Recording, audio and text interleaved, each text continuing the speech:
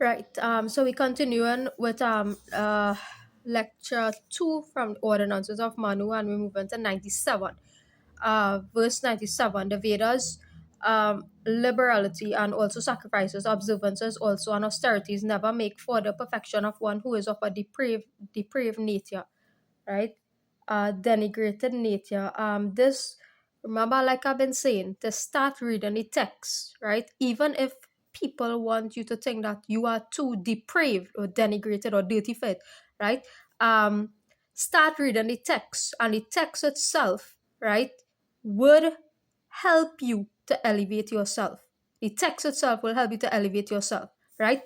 Because the text is written in a particular way, organized by God, right?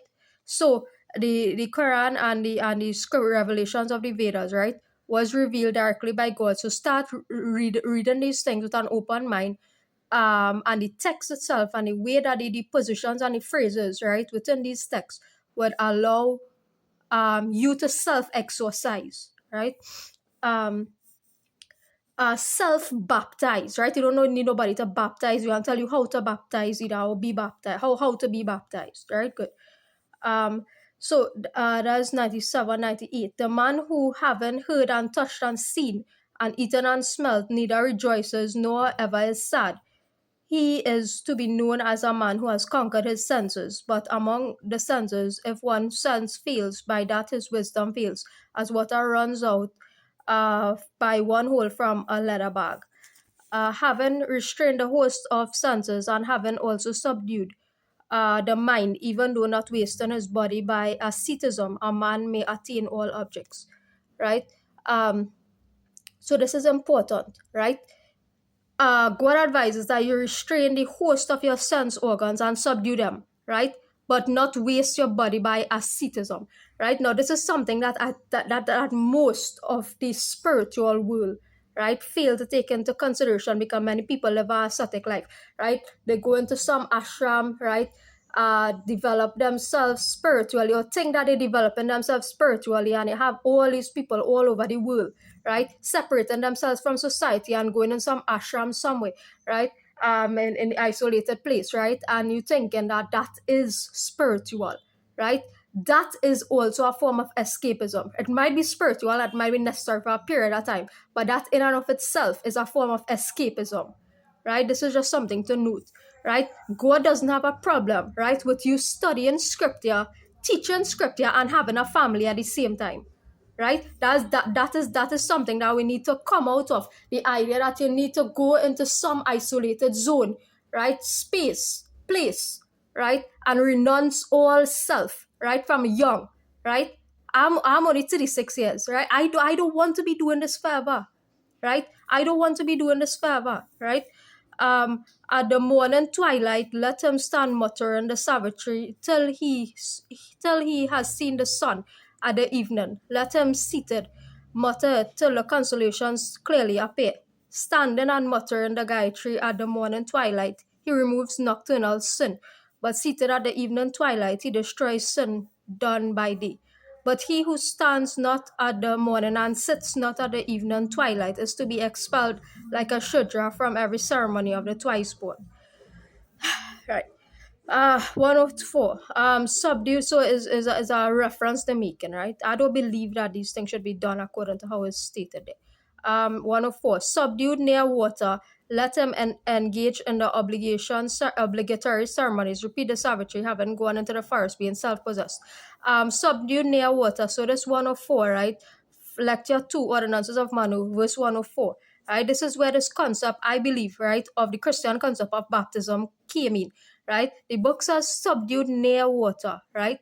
And we have the typical modern concept of baptizing people, which is subduing them in water, right? So it all has to do with a misinterpretation, misrepresentation of what truth is, right? So the Jesus Christ figure would have come about to teach, right, the message of the Vedic scriptures, right, or Islam accordingly mean monotheism, right? And the people, no one ever my sins, and the people, right, would have started worshiping this figure, right, in thinking that this figure is God itself, right, rather than taking the message, right, the book says subdue near water, right?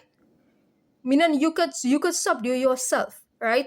You could subdue yourself through your own understanding of the word, right? You could subdue yourself, you could subdue your anger when necessary, right? You could do all these things, right? Water, right? At a period of time, I slept with a glass of water by my head, right? So these things assist, all these little things, right? Assist you in subduing certain energies within yourself, right? There's 105. There's also no prohibition of study for the Vedangas or the obligatory recitation. So also as regard the text for the offerings into the fire. Right. So this the book say the book is also there's no prohibition of study. The same thing with the Quran, right? It will tell you something, right? And I believe it's a test of persistence, right? It's a test of persistence, right? So the book will tell you one thing to see if you would actually persist and go through with the text, right? Meaning have faith.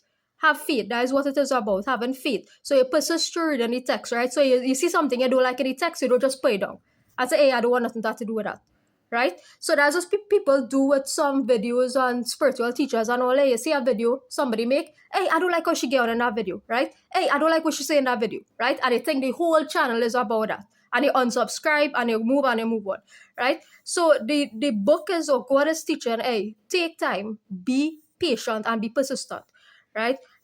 So there's no prohibition in the study of the Vedas, nor the obligatory recitation, nor the offering into the fire, the Hawan ceremony, right? You don't need to be a pundit, right, to be doing a Hawan ceremony, right?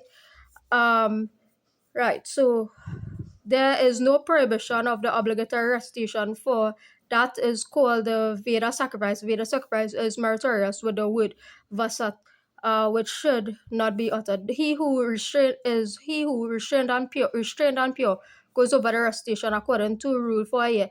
For him, it ever flows with milk, curds, butter, and honey. Right, we'll stop there, or we'll go 108. Let twice one man who has been invested with the sacred string collect fuel, go beg and sleep low on the ground, do what pleases his teacher till he the pupil returns home. Right, then I have an asterisk by the here. These things, it was probably reminiscent of something in the past. We shouldn't be having to repeat all these things, right, of ancient times, right? Like in India, right? I saw some donations happen, which is good. I like to see that. I like the video, right, with someone giving bananas to a host of people on the streets and stuff. But there's enough temples and stuff in India, come on, right, that people shouldn't have to be. You shouldn't have to be. Too much buildings have been built, as I always say, right? They have to be, right, twice born and go begging on the street, right, or sleeping on the ground. It have too much places of worship that was built, right, for people, right, who are twice born, or people, or anybody actually, right, who does be sleeping out on the streets and these things, right? So time for those things is actually over, right? So we'll pause there and move on later to 109 and moving forward.